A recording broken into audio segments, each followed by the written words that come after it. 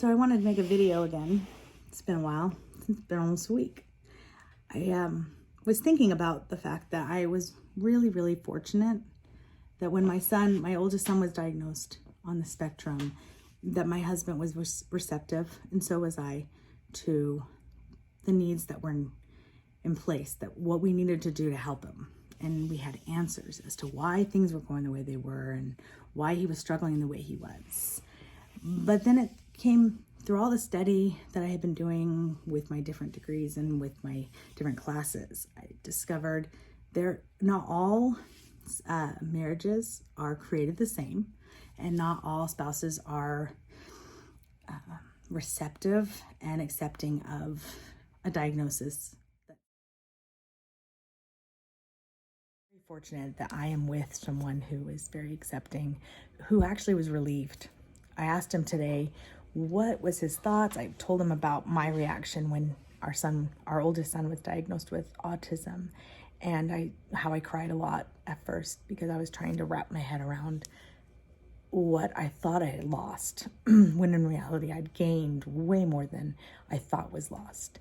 And today he teared up and he got really emotional, and he said, I just think about all the times that he would come home from school and I would just be so upset with him because he would do something that would be considered a bad behavior. He goes, yeah, he'd bring home those pinks, and I'm like, what is wrong? Why can you not just make the right choices in class?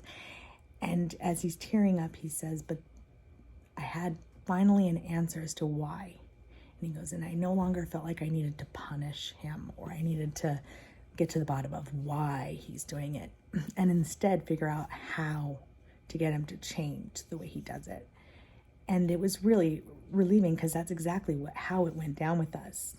While I did a lot of the legwork when it came to the different battles or the things that were being addressed with him in meetings and so on, he was always the one that was there to comfort and to figure out what to do with our child.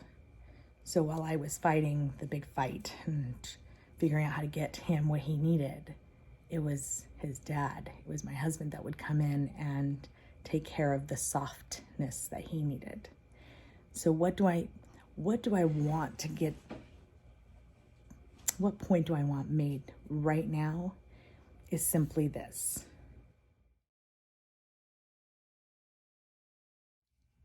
You just have to find what that piece entails, why you have it. And once you can reconcile, once you can put together why it's important that you know, everything else falls into place. For instance, there may be a kid that's really struggling to make friends and really upset because they don't know what to say to get people's attention without being mocked or made fun of. And I can't imagine a greater peace than knowing that at least if you know he has a social struggle, he has a deficit that he needs to learn how to be social and how to engage appropriately by modeling after his peers, that would give me peace at least to know that it's not because my kid's just not someone that can be liked. It's because my child just doesn't know how to use social skills to gain friendship and to gain relationships of trust. That would be a relief to me. But I don't think all parents are created equal. I think some feel like they just need to be like I was. They need to do it the way I did. I don't know why they can't just do it. There's nothing wrong with them. And that's kind of a natural response for some people, I can imagine. But then they miss that connection of peace, knowing that there's a reason why it's a problem. I just think that would be a comfort. But alas, it's not always a comfort. Sometimes it's more of a just painful thought.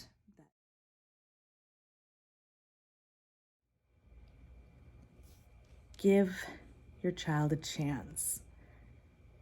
look at them, because some spectacular people have had the same diagnosis or thoughts that maybe they had this diagnosis if they were to be diagnosed.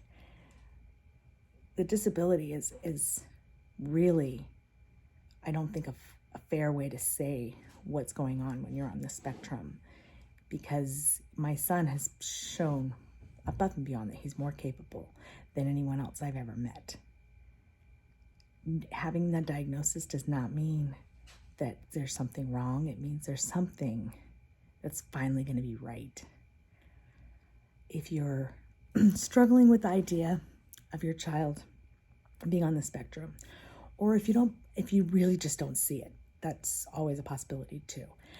I want to encourage you, if you would, reach out, give me a chance to talk to you and to look things over and see if I can help you see what's going on and what's really happening with your child, because chances are you're just going to love them the more you get to know the them that you now know.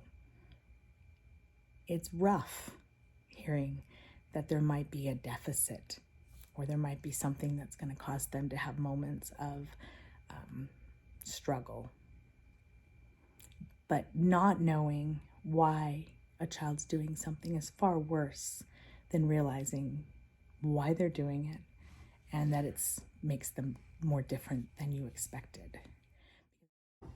Right or wrong, and maybe you're right. Maybe if you're out there and you don't think that your child is on the spectrum and that's what people are saying, maybe you're right, but it's always good to go with the approach that they are, and so that you can help them instead of kind of getting in the way and making it harder to get them the help they need.